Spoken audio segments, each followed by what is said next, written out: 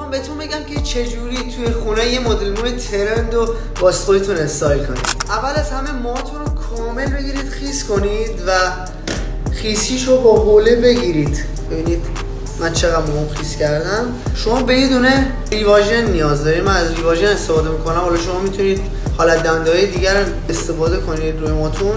این قدم الان دارم میزنم به موها. میگید قشنگ میگید قشنگ به سمت عقب این مدل رو میزنید. همینجوری من میگم.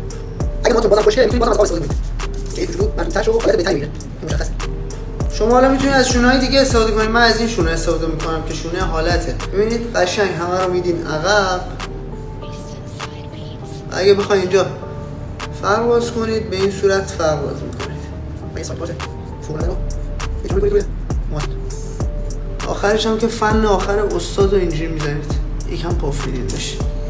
این از یه مدل مویی که خیلی ترند و میتونید توی خونه خودتون استایل کنید. امیدوارم که خوشتون اومده باشه.